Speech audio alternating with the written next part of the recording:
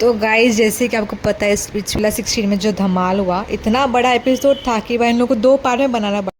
जहाँ रूरू ने किस्से में से फ़ोटो निकाला था, जहाँ क्लियर दिख रहा था कि आकांक्षा योगेश के शोल्डर में से लेटी हुई थी। रूरू ये बोली थी कि रूरू और योगेश 3 को पैचअप हुए थे और उनका 29 को ब्रेकअप हुआ था उसी वक्त, और उसके पहले ही आकांक्षा और योगेश रूरू को चीट कर रहे थे। जहाँ ये सब चीज़ की जश्नमीत गवाह थी अस्मिता जी और सुजैन जी।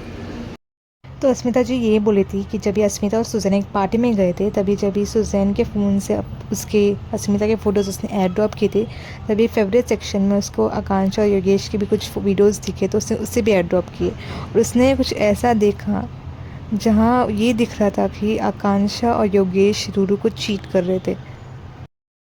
और ये आकांक्षा का ये कहना, जब योगेश डिप्रेस था तभी आकांक्षा ने उसकी बात सुनी, उसको समझाया, उसको काम कराया और उसको बेटर फील करवा के एक बेटर इंसान बनाया, जो रूरू नहीं कर पाए। रूरू ने उसको सिर्फ धमकाया योगेश को, ऐसे योगेश का कहना है। वही सुजैन ने सारे सीक्रेट्स खोल दिया आकांक्षा के। बाय द वे उसकी बेस्ट फ्रेंड थी, फिर भी उसने ये भी तक भी बोला कि आकांक्षा योगेश दिल्ली में थे, और उसने ये इसलिए बोला क्योंकि ये चीटिंग का जो दौर था वो उससे पहले भी गुजर चुकी थी, और जब से योगेश आकांक्षा के लाइफ से आ रहा तभी सुजैन को आकांक्षा ने साइड लाइन कर दिया, तो उसको इग्नोर कर रही थी, उसकी बात नहीं सुनती थी, तो उसको काफ़ी बुरा लग रहा था, इसलिए उसने ऐसा किया।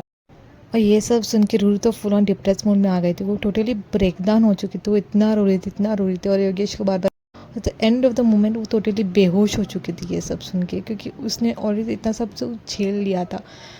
तो वो योगेश और आकांक्षा के फैंस तो यही चाहते थे कि वो लोग दोनों एक साथ दिखे, और एट लास्ट योगेश ने ये भी बोल दिया आकांक्षा को that he likes Akanksha, and